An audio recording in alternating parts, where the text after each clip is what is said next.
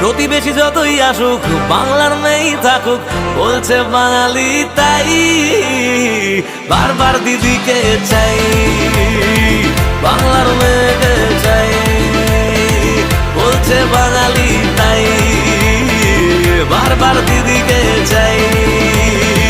5টা বছর ঘুরে এলো ইলেকশন, আমরাই থাকবো আবার নেই যে টেনশন।